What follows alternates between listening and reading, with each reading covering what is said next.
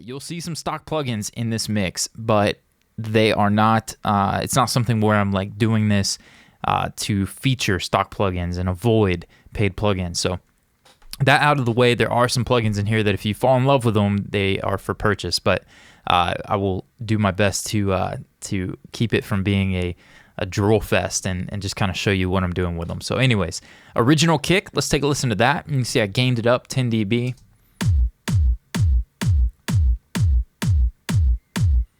Okay, and I chose to replace that. I went to kick 2. This is from, I get them confused, this is from Sonic Academy. There was kick 1, it was amazing. Kick 2 is just blows it out of the water. I love it, and I've been using this on anything pop, even hip hop, definitely EDM. And actually even layers on live drum type things, I'll layer some stuff from within kick. The presets are incredible. I think when I bought it, it included a couple of bonus packages or bundles or whatever, but I don't know that I even use those. I typically create my own, and I'll go in and look at the tuning here of the notes and just kind of match that up to whatever track I'm working on. I'll hit the bass, play the kick and the bass together and kind of feel that out. The bass is obviously in the melody, the tune of the track, the tuning, and then I'll take the kick and solo up against the bass and find what works. But for here, you can see the settings. I used kick 2. I really don't remember it being a default kick, but nonetheless, if you purchase this, you can see that you can draw this in exactly as.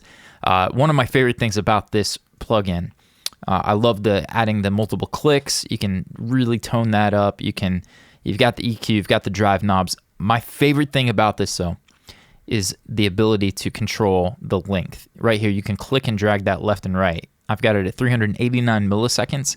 That just worked for the tempo of this song for me, for the tightness that I was going for.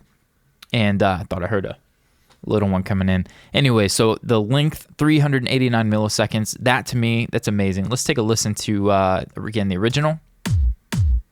And then what I chose to. Okay, and you can see if I increase this.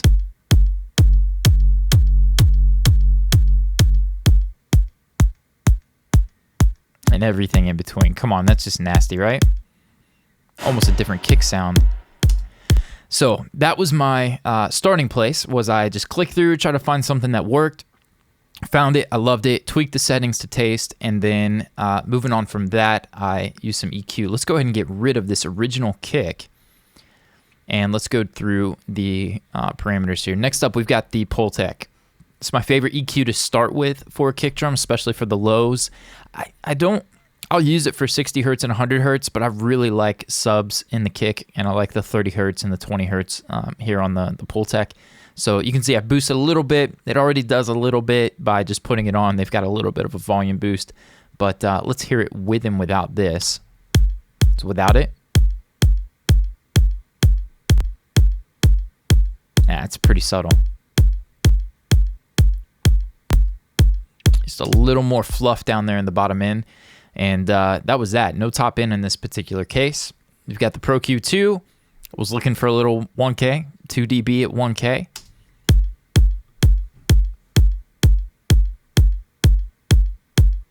You can hear that.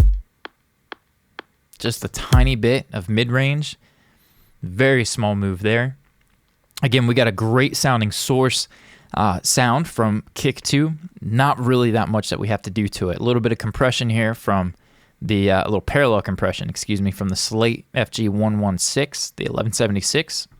Here's without it.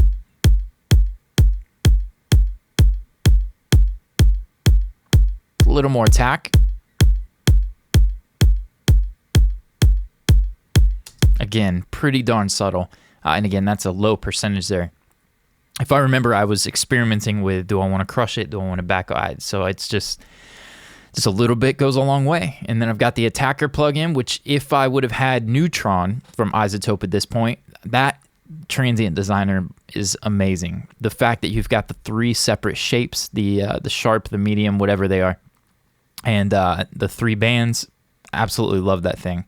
I used to use Alloy 2 a lot. It would mess with phase quite a bit, so I started to be careful with how much I used it, but absolutely love the Isotope Neutron transient designer. It's the best in my opinion. This guy right here, just adding a little bit of attack. You can hear without it.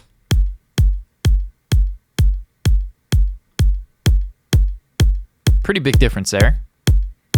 Driving quite a bit of signal into it, but definitely gave it some point, gave it the attack that I wanted, and man, that was it. All right, so there's the main kick for the choruses. We've got the next track up, not in any particular order here. We're going to go look at this Downlift, and have I said that I love low end, and I love generating more low end to elements? Low Ender is a great plugin. I love this thing. Refuse, R-E-F-U-S-E, Refuse Low Ender. Waves Low Air is also incredible. Waves Low Air has more, I'd say, more features, parameters. I was just comfortable using Low Ender for a long time. If I'm using it on a kick, I'll typically use Low Air from Waves because I can dial it in a little bit tighter. But I love the ease of this one. So anyways, this Downlift sound, let's play it with no processing. I've got the good old Subsplash from my template. Let's hear that just the way it came to us. Okay, pretty sweet. Now let's throw Low Ender on. And you can hear the extra generated harmonics down there. I boosted some low mids, which affects the signal coming out of Low Ender. Love what this did. Gets it on smaller speakers a bit better. And then we'll talk about this a little bit later. Track spacer, I pulled from bus 30, which, if I remember, was one of the other low end elements. We had a kind of overload of the low end with this, the kick, and a couple of other things at some spots. So what I did is I sent whatever's got bus 30.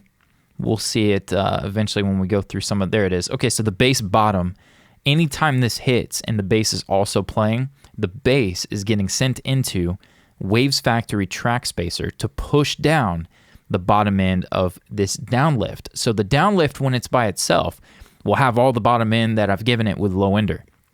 But if we come out here to any of these instances where you can see the bass is playing out here, what's going to happen is the bass is going to dominate. The bass is going to win the battle, and it's going to push down the sub-frequency range between 216 hertz all the way down to the bottom 20. The bass is going to push this out of the way. The bass is going to win the battle. And so that is an incredible plugin. I use it for kicks, low-end management. I don't know that I've ever used it for anything top-end. Sometimes on a kick to push some things out that, when the kick is a click. But for the most part, it really is just for low-end, managing my low-end. And next up, we've got this going into the Subsplash, one of my favorite effects. I've done this for years. I've had this in my template. I've got the Lexicon 224. And you can see here we got the bass, mid, the crossover point. We have a treble. You have independent control of the decay times for those different bands, the low end, the mid, and the top. The bass, I've got that cranked to 10.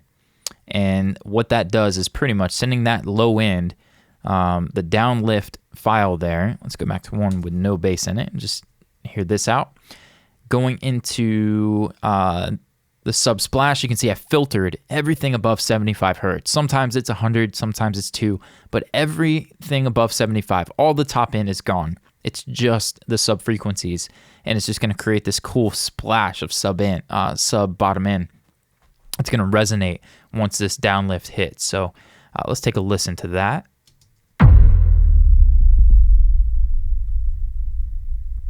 Some sub reverb. Subsplash. So that was that. Sometimes I go a little crazy. You can see here I added 30 hertz. I've got a clipping tool that even brought it up even more. The cool guys over at Drumforge. And then we've got widening. I wanted this to be wider. I wanted this to have impact on the sides. You got low end. A lot of guys, they just keep it straight down the middle. Totally cool with that. I typically do keep kick and bass down the middle, but that's where I like to create special sub-frequency blasts out on the sides from, could be an acoustic guitar, it could be other kick drums. This is a sub drop, and that's that. Moving on, we've got track spacer, where we've done the same thing. I've got the kick. Anytime this is going to hit, where a kick might hit, I think it only happened once or twice. Okay, so you got one right there. You can see I automated as well to pull down the tail end of it. But this has got track spacer. We're sending to Subsplash, and it's receiving that signal right here from the kick. So kick SC is going into track spacer on the splash. If the kick hits, it's going to shove the subsplash down so that the kick dominates the low end and we don't get a drop off. You got 4 on the floor with the kick, and then all of a sudden there's no bottom end in the kick, or we overload the 2-bus. That overload is nasty. I hate that. You hear it all the time.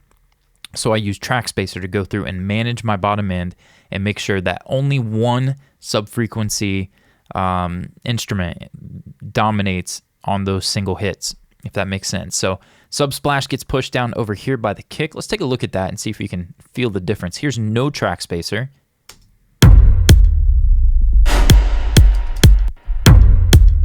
Okay, and then here's with it.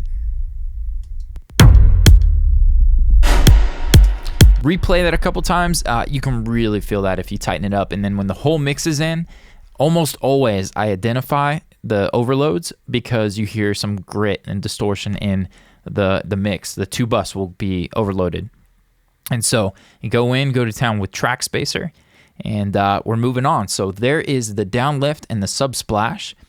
We had sub kick next. This is going to be the verse kick. So we'll go back over here. And let's take a look at this. So we have 2 kicks that make this up. We were given just the sub kick, and then I took and created what I call